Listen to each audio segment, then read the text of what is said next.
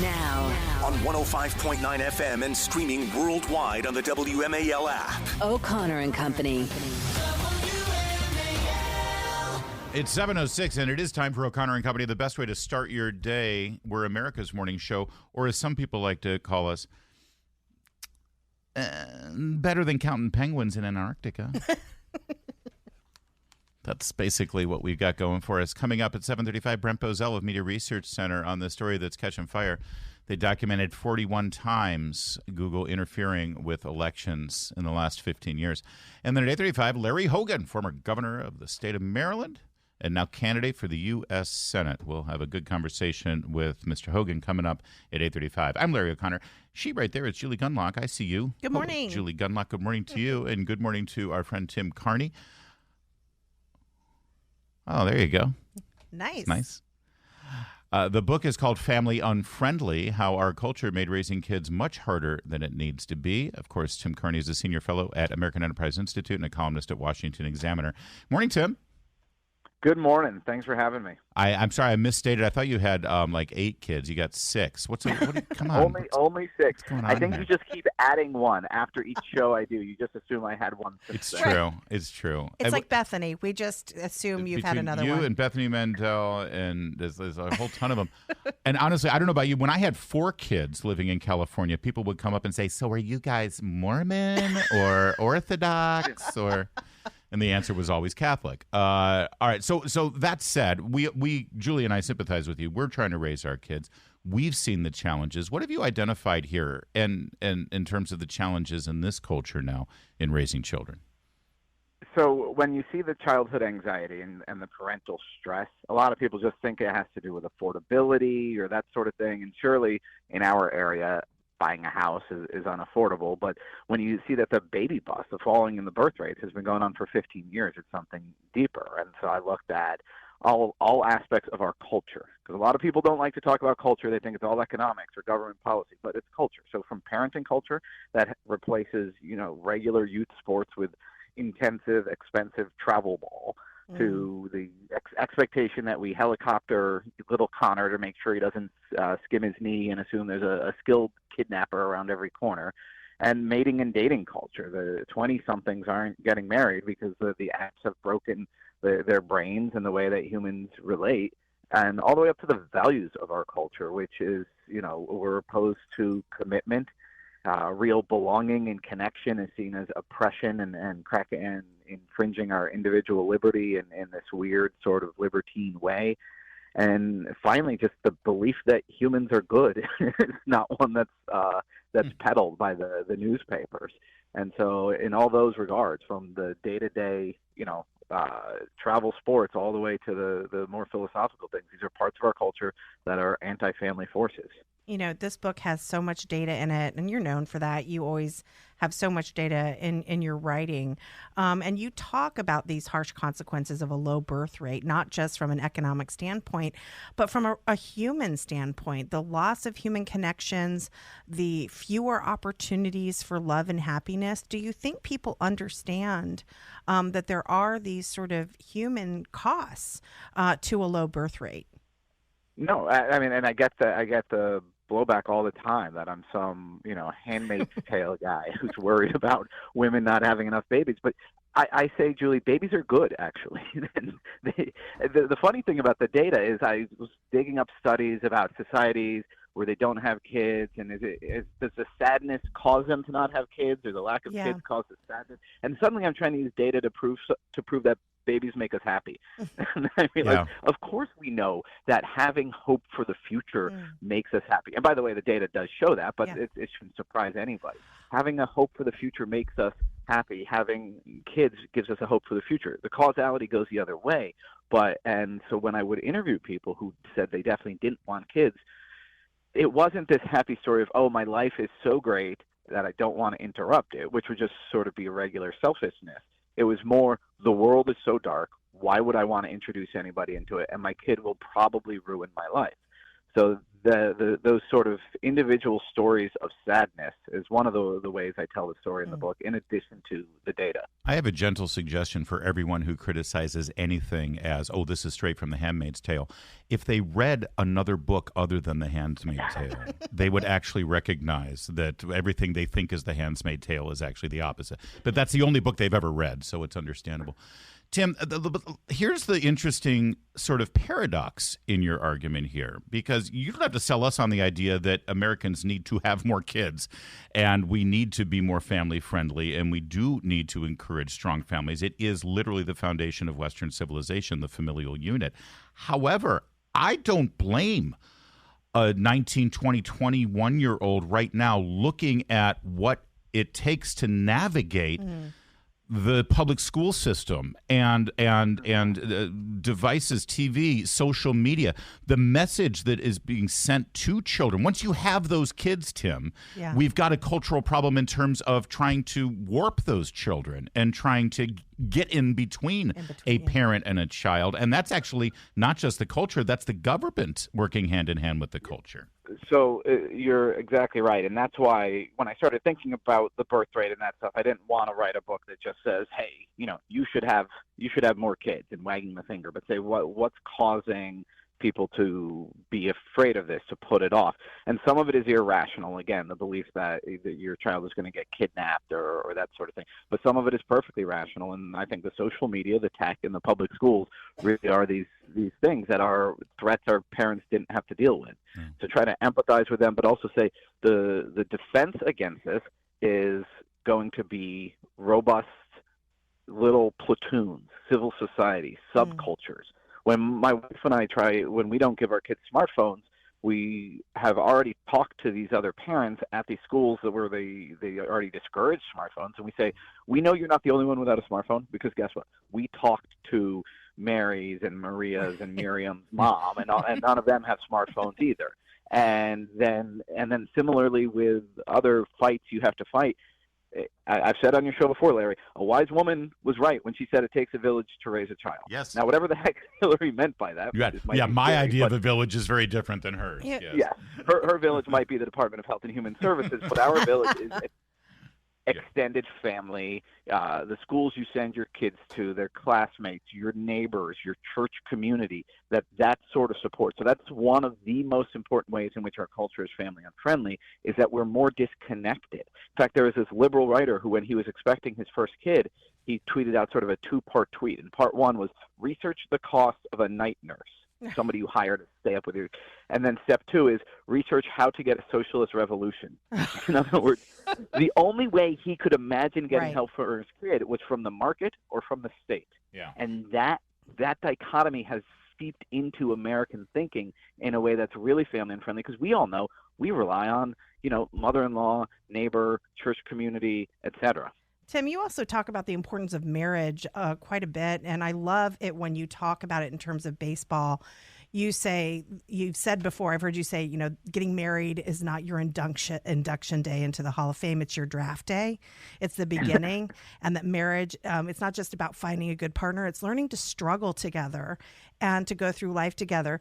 Do we tell kids? I feel like there's a lot of people out there who think it's just all magical and everything's great once you get married. No, there's struggle. There's struggle every day in a marriage. Do you think kids are getting that message? No, and actually there was a real interesting debate on Twitter where there were some young people who said actually college is a great time to meet your spouse because, there's a ton of people who have a lot in common, same age, yada, yada. And this other writer, Thomas Chatterton Williams, said, well, no, because you change so much between age 20 and 30. So you marry somebody when you're young and you're going to be a different person. So, of course, you change. But in a marriage, you change with your spouse. Right. But the thinking behind that is this sort of overly individualistic thinking that, like, you should become your final product.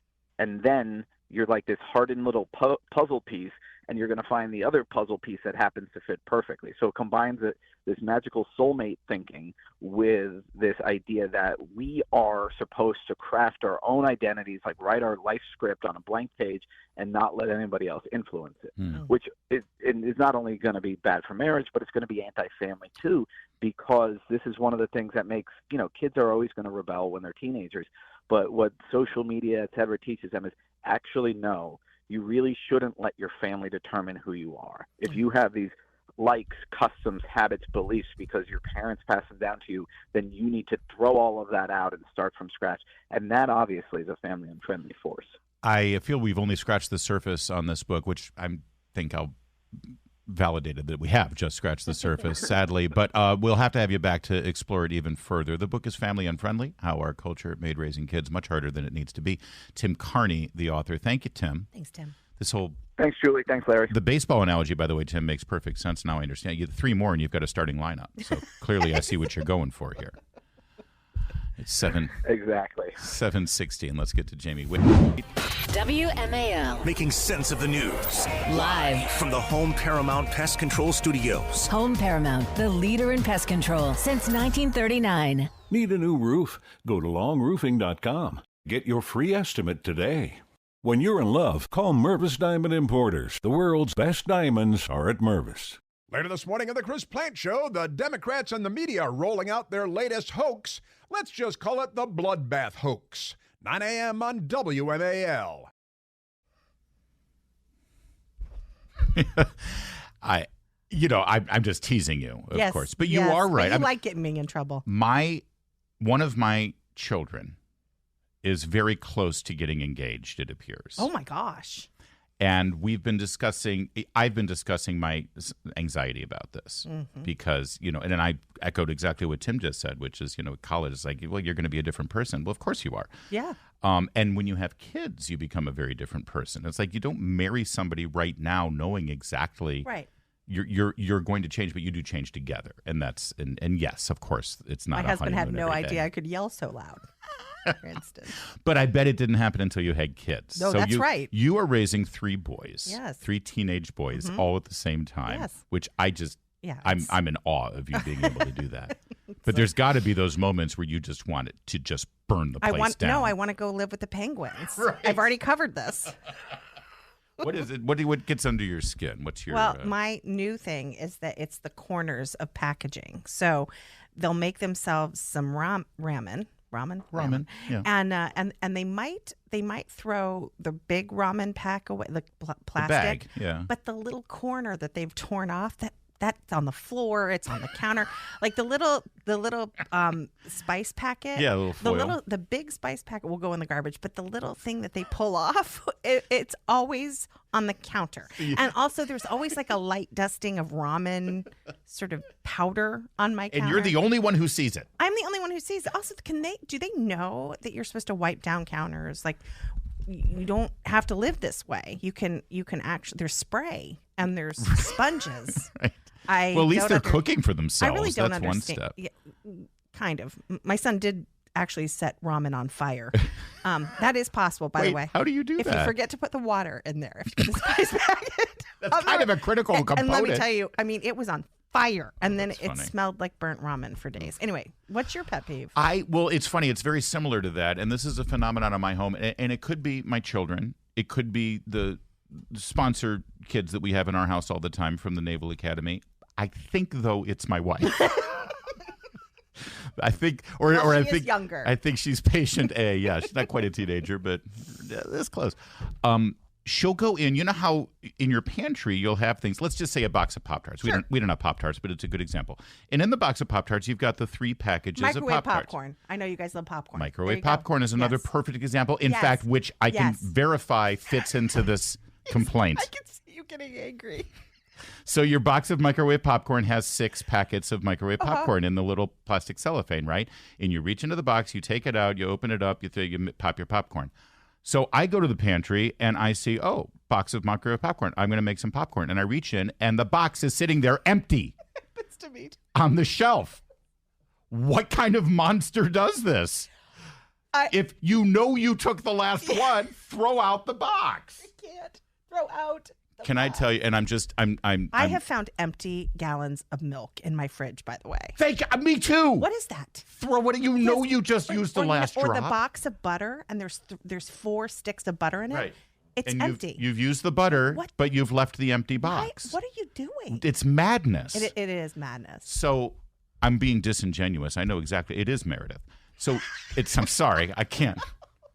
Don't tweet at her, please. I don't need this in my life. I cut my thumb the other day. Not a big cut, just a little slice. It happens when you cook, right? Once in a while. Yeah. So I usually just wrap it up in a paper towel and put pressure on it. It'll be fine. But she's like, oh, you need a Band-Aid. Come on, let's get a Band-Aid. I want to put a Band-Aid on your thumb. Okay, honey. So she gets out the first aid kit. She opens up the first aid kit. She gets the Band-Aid. She opens up the Band-Aid out of the wrapper. She puts the Band-Aid. You see where we're at? I know this. Really. She puts the Band-Aid on my thumb. I said, well, thank you, honey. I appreciate it. Thank you. And she takes the wrapper from the Band-Aid. And those little tabs. And the tabs, everything, all together, and puts it back in the first aid kit. And closes the kit. It's like, what kind of madness is this? What is wrong with you? What did she say? Did she give an She explanation? said, I'm sorry. I don't know what I was thinking. And it's like, I don't get mad. I'm actually doing literally just how I'm doing it right now. I'm having fun with it. But it's also catching someone in the act of the absolute nonsense that you're like, what? How does your brain work? What's going on? So that's my pet peeve. Well, my kids would have left that wrapper on the counter in the kitchen.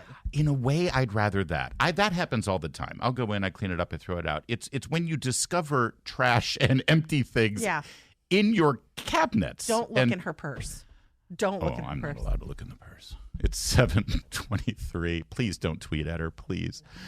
If you're looking to sell your home, or if your wife is angry at you for revealing family secrets on the air and you're getting kicked out of your home, you might want to call Sarah, Debbie, and Reynolds and Power Home Team. Now on 105.9 FM and streaming worldwide on the WMAL app. O'Connor and Company. It's 7:37 now on a very busy Tuesday morning here in your nation's capital. Thanks for tuning in. We're going to get you covered with all the information you need, what's going on in our world, and maybe some fun. Coming up at 8:35, big deal. Larry Hogan, former governor of Maryland, who now is hoping to be talk about a unicorn event, a Republican elected as senator from Maryland. Wow. And, a lot of people is like, well, you got to be a certain kind of Republican to be elected in Maryland. I think that's fair to say. It is fair. And so we're going to have a good conversation about that, about what that means to the people of Maryland and what it might mean to what that Republican majority in the Senate might look like and how it might function if he were to win. It's critically important.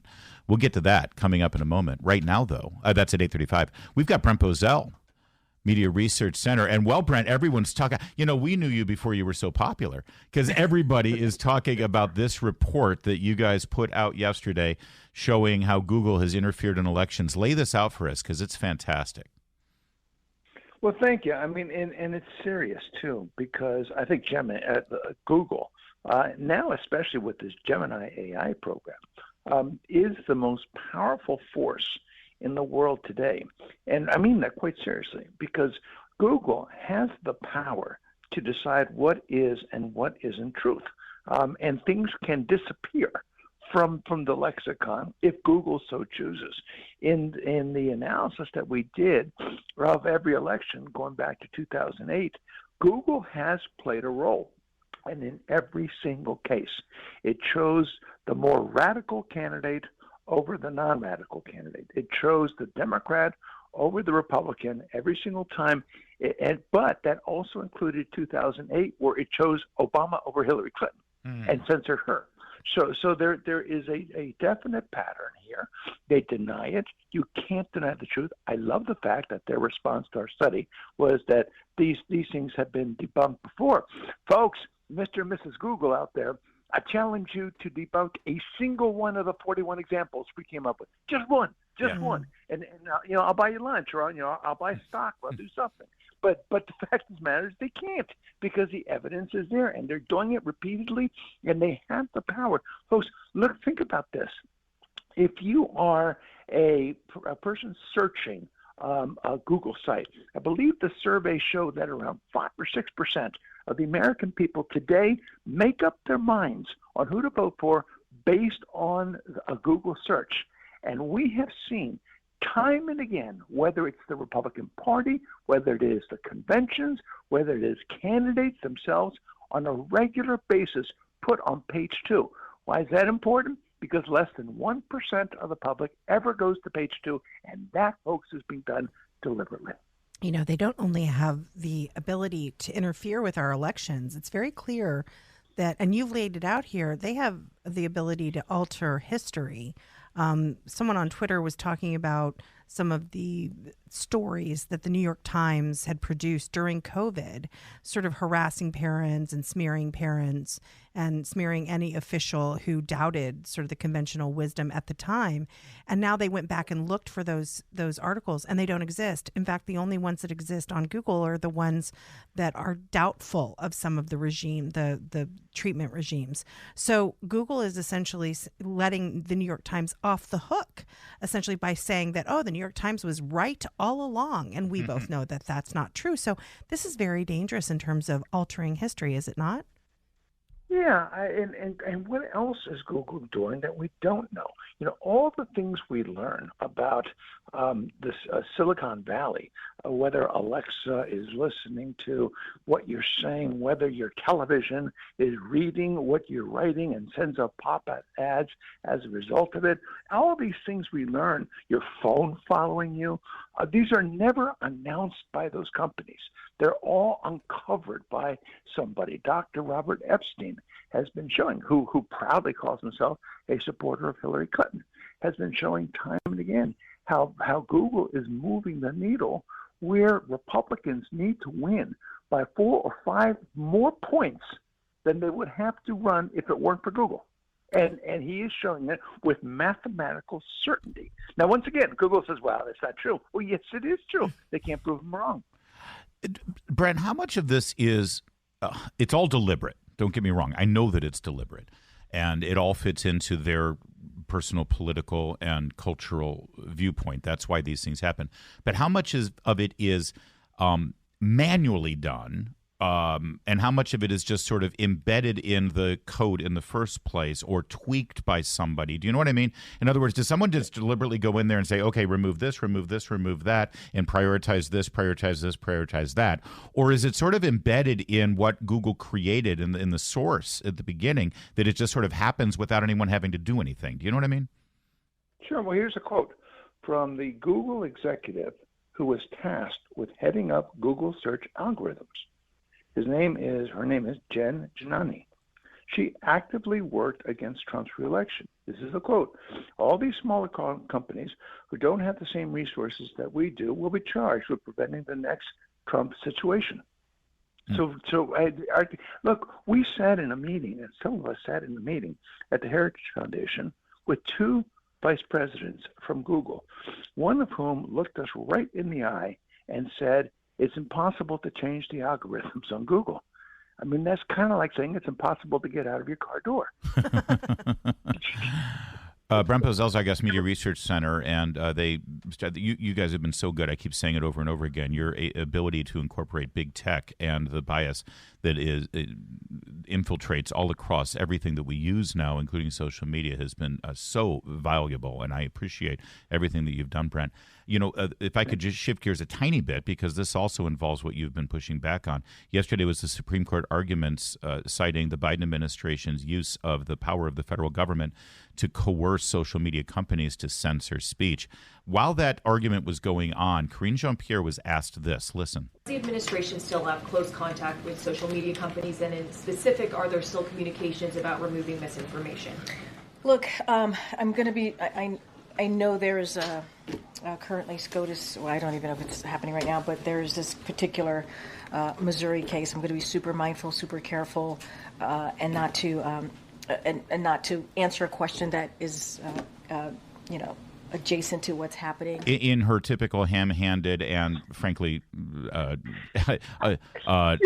unprofessional way, she refused to answer the question. But the question was very clear, and it has nothing to do with the Supreme Court argument. The question is the Biden administration still doing this with social media companies? And she refused to answer, Brent. What is that? I mean, that is an answer, isn't it? Yeah, of course it is. If the answer was no, the answer would be no. The answer is yes. Think about it. The Silicon Valley is the most radical industry in America today. The Biden administration is the most radical administration in the history. You've got Alex Soros on a regular visit. Now, he's wearing a path in the carpeting of the Oval Office and going in and out, in and out, in and out. They work hand in glove. They've done it. I mean, they're doing it again this year. Yeah. They have been on a regular basis censoring anybody who attacks Joe Biden, including RFK Jr. So it's continuing the same manipulation of information in a presidential campaign is continuing this year. So she lied through her teeth. The answer was simply yes. Well, it's always an honor to have you on, Brent, and to bring attention to the great work you're doing at Media Research Center. And we know that when you come on here and we talk about it and reference it all the time, it gets attention. And I know that Capitol Hill is now very aware of this study, and there's going to be some hearings related to this too. And I eagerly see what comes of that. There must be. Absolutely. You can't have a free and fair election if you have this kind of censorship taking place. Thanks, Brent. And congratulate everybody at Media Research Center. You know, buy them all. Get some Subway sandwiches in for everybody today. You know, they deserve it. They work hard. We have a new report from Luke Roziak at Daily Wire, where he is really, his beat is Northern Virginia and Maryland school systems. Thank God and for Luke. How broken they are, right? Yeah. Well, he's turned his sights on Montgomery County, and you wonder why Bethany Mandel is running for school board. Mm-hmm. This is why Bethany Mandel is reporting for school board. A teacher in the Montgomery County public school system complained to her principal that students at a Palestine rally, which was supported by the principal, but this is the other problem, that these kids want to go and do a anti-Israel, pro-Palestine rally, and the principal says, "Oh, you have our blessings, you have our support. It's so woke, it's so wonderful." Well, apparently at this rally, these students were praising Hitler and calling for the killing of Jews. The teacher complained to the principal. The school system not only didn't punish the students, but then they targeted the teacher. Unbelievable. They put up false charges against her, punished the teacher. And, of course, Luke Roziak has the record to show. This is Paint Branch High School where this happened in Montgomery County. From Luke's report here, Paint Branch walkout in January based on a FOIA that he submitted after the controversy. Principal Pam Crushell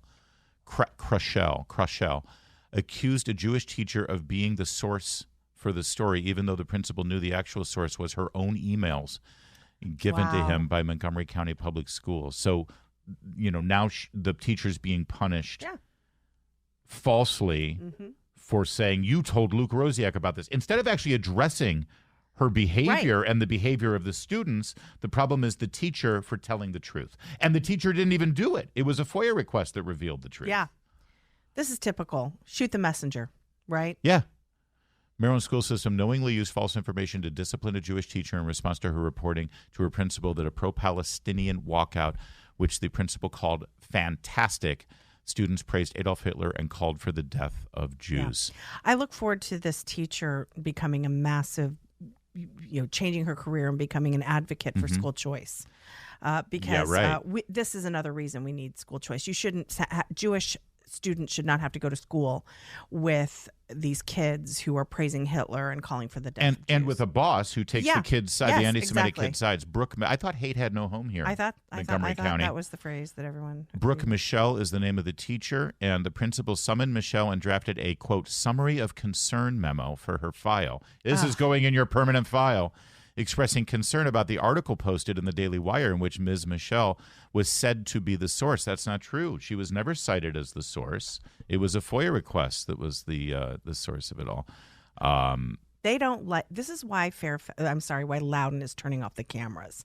They cannot stand sunshine. They cannot stand people finding out how they act behind the scenes. And they can't stand the good work of reporters at WJLA who shed the light on this, and Daily Wire, like Luke Roziak, and they really can't stand the 4 hours we have every morning to shed light on it. But guess what? We're not going anywhere.